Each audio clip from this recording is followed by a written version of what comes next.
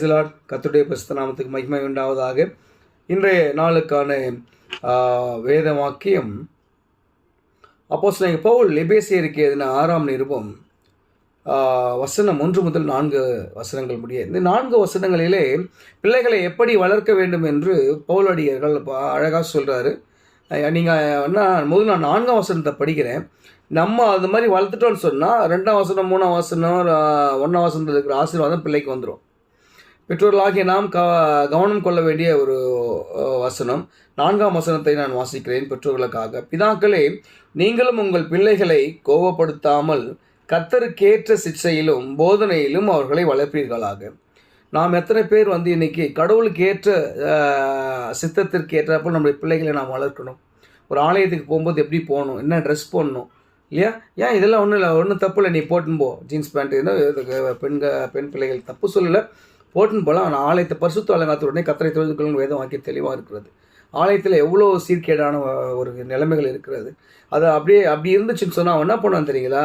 அழகாக 1ஆம் வசனம் 3ஆம் வசனம் சொல்கிறாரு, பிள்ளைகளும் உங்கள் பெற்றாருக்குள் கர்த்தருக்குள் கீழ்ப்படிங்கள்னு சொல்கிறாரு. அந்த கீழ்ப்படிதல் இல்லாமல் போயிடும். நம்ம பிள்ளைகளை கர்த்தருடைய சிக்ஷையிலும் அவருடைய போதனையிலும் வளர்க்கிறோன்னா அந்த கீழ்ப்படிதல் வரவே வராது. பிற்காலத்தில் அவன் ரொம்ப கஷ்டப்படுவான். 2ஆம் வசனம் பாருங்கள், உனக்கு நன்மை உண்டா இருக்கும்படிக்கும் பூமியிலே உன் வாழ்நாட்கள் நீடித்திருப்பதற்கும்.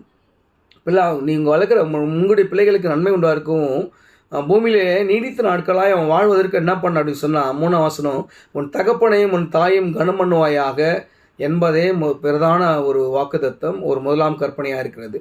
இந்த பிதாக்கள் பிள்ளைகளை கர்த்தருடைய சிக்ஷையிலும் போதனையிலையும் வளர்த்தாங்கன்னா அந்த பிள்ளை தன் தகப்பனுக்கும் தாய்க்கும் கனம் பண்ணுற பிள்ளையாக கண்டிப்பாக இருக்கும். ஏன்னு சொன்னால் இந்த வேத வாக்கியத்தின் பிரகாரமாய் கர்த்தருடைய வார்த்தையின் பிரகாரமாய் கர்த்தருடைய வளர்ப்பிலே நீங்கள் வளர்ப்பீர்களால் அந்த குழந்தை கீழ்ப்படியும். அந்த குழந்தை இந்த பூலோகத்தில் நீடித்த நாட்களாய் வாழும். ஏன்னு சொன்னால் அந்த குழந்தை தன்னுடைய தகப்பனுக்கும் தாயும் கீழ்ப்படிந்து தன் தகப்பனை கைவிடாத நல்லா வளர்க்கும். இன்றைக்கு அநேக காரியங்கள் நம்மளை பார்க்குறோம். ஒரு 5-6 பிள்ளைகளை பெற்றவங்க கூட கல்யாணத்துக்கு அப்புறம் அந்த பெற்றோர்கள் படுகிற கஷ்டங்கள், அங்கே அலக்கழிக்கப்படுறாங்க. 1 மாதம் இங்கே சாப்பிடு, 1 மாதம் நம்ம அதெல்லாம் பார்க்குறப்போ ரொம்ப கஷ்டமாக இருக்குது. இன்னும் ஒரு சிலர் என்ன பண்ணுறாங்கன்னா, நாங்கள் ஒன்றும் கஷ்டப்படுத்தலையே, எங்கள் அம்மா நல்லா தான் இருக்கிறாங்க, முதியோர் இல்லத்தில் இருக்கிறாங்க, ஏசி ரூம் எல்லாம் போட்டு. என்னங்க அது எல்லாமே இருந்தாலும் அந்த அன்புன்னு ஒன்று இருக்குது இல்லையா? அவங்க கொடுத்த அந்த அன்பு பிள்ளையாக இருக்கும்போது அந்த பெற்றோர் உங்களுக்கு கொடுத்தாங்களே அந்த அன்பு அவங்களுக்கு லாஸ்ட்டு அந்த கடைசி காலத்தில் வேணுங்க. எனக்கு அருமையானவர்கள், இந்த வீடியோவில் யாரெல்லாம் பார்க்குறீங்களோ உங்கள் தகப்பனையும் தாயும் நீங்கள் கனம் போனவங்க எப்பேற்பட்டவங்களாக இருந்தாலும், சப்போஸ் இது மாதிரி எங்கன்னா முதியோர் இடத்துல இருந்தாங்கன்னா தயவுசெய்து கூட்டினுவாங்க.